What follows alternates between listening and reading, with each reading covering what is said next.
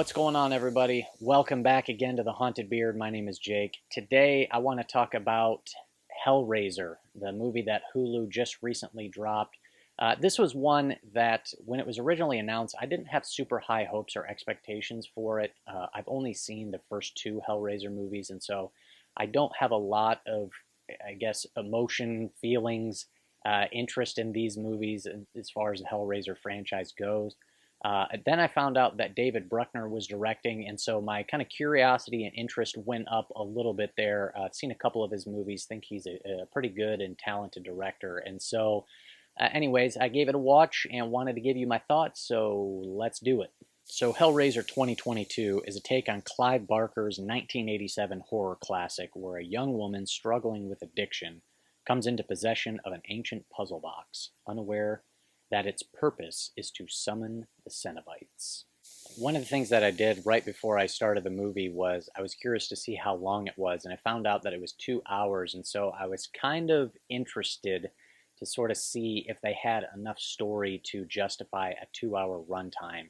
This is typically more of a 90-minute type movie, and so when I seen that it was 2 hours, I was like, okay, interesting. I think for the most part, though, they do make pretty good use of the probably longer than average runtime for this type of movie. Most of what I have to say is really going to be about kind of the latter, the second half of the movie. As far as the first half of the movie, I don't really have a whole lot to say about it. It kind of plays out sort of pretty typical, pretty straightforward, kind of what you would expect. You get kind of an intro that kind of sort of sets up the kind of curiosity and mysteriousness of the box. And then it sort of jumps to 6 years later, and we're introduced to our main character. And her name is Riley, and she is played by a woman by the name of Odessa Azion. I haven't seen her in anything. This is the first thing I've seen her in, and she's one of the highlights of the movie for me. I think her character is really solid, and they give you somebody that you kind of can get behind and root for. She's person who is a mess up and a screw up, and she's trying to recover, and she basically has no money, and she's living in a house with her brother, and she's just kind of a total screw up, and she ends up getting kicked out and whatnot. But and so in a lot of ways, this is a bit of like a redemption story for her, and so I think her performance is good. I think that they do a good job with her character, just kind of giving her some depth and giving her some, just us as the audience, some good kind of emotional connection to her and things like that. But as I said, I think the first half of the movie kind of plays out pretty straightforward and pretty typical. It got to almost that halfway point, and I didn't really have much that I wrote down in my notes. I was just like, okay, it's fine. I'm still into it. It's just fine. As I said, I've seen the first two of these, so it's like you kind of already know sort of what you're getting with this, right? There's a mysterious box. It opens up a portal to the Cenobites. Obviously, somebody's going to find this box and is going to, hell is going to get unleashed, more or less. And for that first hour, yeah, it's pretty much just like that. But once you get to probably actually about the 45 to 50 minute mark is really where I think it kind of picks up and starts getting better. One of the things that they do here is that they kind of bring out a mystery to the central story, which I always appreciate. I love any sort of mystery and questions and all that sort of investigative type stuff that you can bring. And they do that here as they turn Riley and her friend Trevor into a bit of, kind of these investigators as they're simply investigating this mysterious puzzle box and what exactly is going on. And so it adds kind of a central mystery to the story, and that really kind of doesn't emerge until, like I said, kind of that second half of the film. But that's what really I kind of found myself getting attached to. That really kind of helped me get more invested and involved in the film.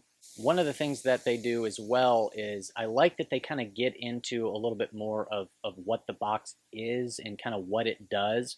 And so there is kind of some scenes of exposition, but I kind of appreciated that. I just feel like there's kind of so much potential with this box that, again, opens up a portal to hell, basically. And so I just kind of appreciated that. From what I remember in the first Hellraiser movie, they kind of don't really get into that at all. And I always thought that there was just kind of so much more potential there for kind of expanding on the lore and all that. And so I appreciate that they did that here. At about 70 minutes in this movie, we get what I think is our first like really solid, maybe even great scene. And I will keep this vague, no spoilers or anything, but it is a kill scene, and they're in a van. And this is where we really get to see like the full Cenobites in action. There is a scene previous to this, but this one I think is even up a notch and is better. But they do this really cool effect in the movie where uh, whatever person the Cenobites are after, they do this kind of almost like a transition into sort of the Cenobite reality as they're coming to get their victim. They just do this cool effect where they kind of almost disappear from their world and enter into the Cenobite world. Just a really cool effect that I thought was really effective and liked quite a bit. Also, I can't talk about Hellraiser without talking about just the creature effects and the look and the design of the Cenobites here. Just really cool. Obviously, you know, they're drawing inspiration from the other movies and stuff like that. And so your main character, Pinhead, looks like Pinhead. A little bit different, though, just in terms of the body and things like that. You've got the chatterer guy with the teeth, right? But there is some just totally brand new designs as well. And so obviously they're drawing inspiration from those original designs, but making some kind of changes a little bit. And man, just the look of them is just it's so unique and just different and unlike anything we've really seen before. And so I just really like the design and the look of the Cenobites. And speaking of Cenobites, I have to mention Jamie Clayton, who plays Pinhead. Although I think she's technically credited as being the priest, but she is the Pinhead character. And I think outside of the main girl, the main performance, her performance as Pinhead is the best in the movie. I really liked how they handled this character. I really like the voice inflection and stuff like that they used, and just some of the dialogue and also to her delivery of the dialogue. But the dialogue is just great that they give her, and just really disturbing and weird and mysterious and just really solid. What is it you pray for? And so any of the times where Pinhead is on screen is just great, and I thoroughly enjoyed it. One thing for me that is a little bit more of a mixed aspect, though, is in terms of the actual kind of blood and gore effects. You get a mixture here of practical and digital and CGI, and so they're not great, but they're pretty good. They're not terrible. Obviously, I prefer practical over digital.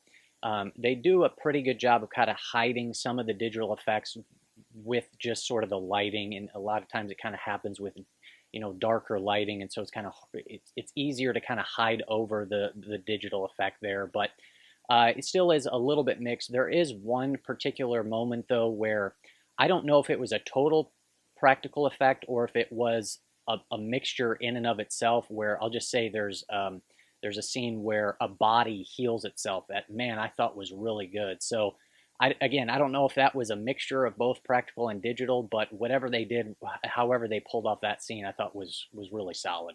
And finally, I think the film does a pretty good job, as I alluded to, in that second half, with just giving a reason to be a 2-hour movie.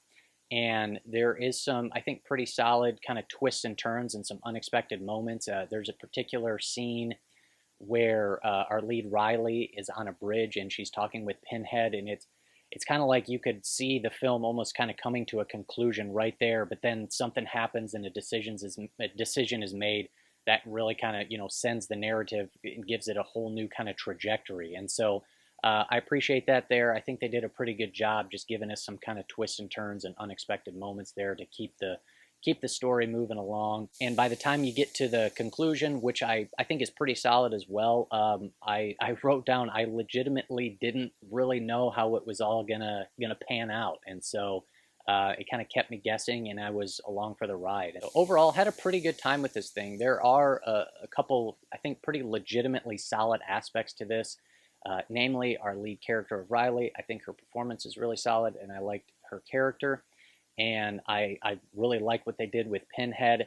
and just the creatures there I think is really solid, and I think it also delivers us just a really solid kill scene in the movie as well. So there's a lot to appreciate here. Overall, I would recommend, and I had a pretty solid time with this one. I am interested to kind of explore this world a little bit more and kind of hope that they might make another one of these. So those are my thoughts. I think for an overall grade, I'm going to go 6.5 out of 10 for Hellraiser 2022. So those are my thoughts. Hit me up down below in the comments. Let me know what you guys thought of this thing. Would love to hear from you. And that's all I got for you. If you like content like this, please hit that subscribe button.